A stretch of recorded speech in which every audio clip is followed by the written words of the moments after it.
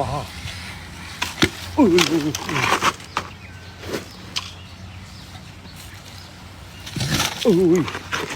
Buah hai Nurul, ambil kau. Segala ulam semua dia angkat ha. Nurul. Oh, tu dia. Ha, dapat.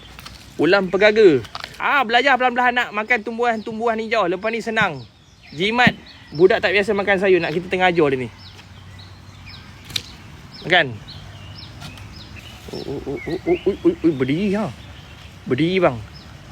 Oi, lekat betul ni. Jarang-jarang makan ulam. Berdiri tu kawan tu. Cargas dia.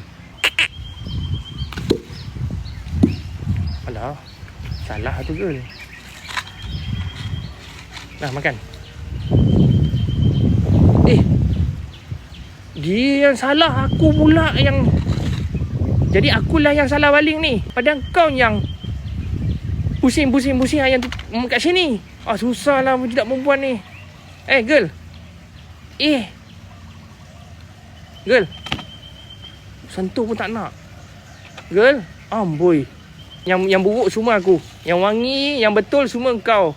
Alah, perempuan geram aku lah. Tak tahulah merajuk lah ni biasanya. Perempuan mana pernah salah. Itulah geram aku. Aku betul tertekan lah hidup kat Taman Buaya ni. Dekat Taman Buaya aku kena layan betina-betina buaya semua punya perangan. Nanti aku balik pun ada satu. Aduh, hai. Memang tak ada hidup aku lah boy. Aduh, perempuan. Wah ni. Sorry. Itu salah. Aduh, tersalah buat baling pula ni. Alamak. 2 kali tak jadi salah ni. Wah ni. Main kau. Wah ni. Girl, ayam girl. Pula seorang lagi. Main lagi kau. Heish. Wah ni. Anak uncle. Betul tak nak ni. Yelah.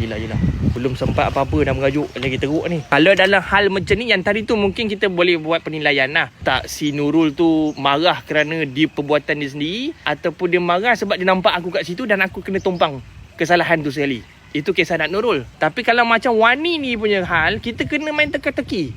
Kesilapan kat mana? Kalau hari ni kau tak buat silap, kau kena ingat pasal semalam. Kalau semalam pun tak ada, kau kena ingat 2 hari lepas. Sudah hanya aku kena belik-belik file dalam kepala aku. Aku kena tahu aku buat salah apa yang paling latest. Kita punya memori dah lah paling kuat 2 hari je aku boleh ingat. Hari ketiga aku dah lost dah.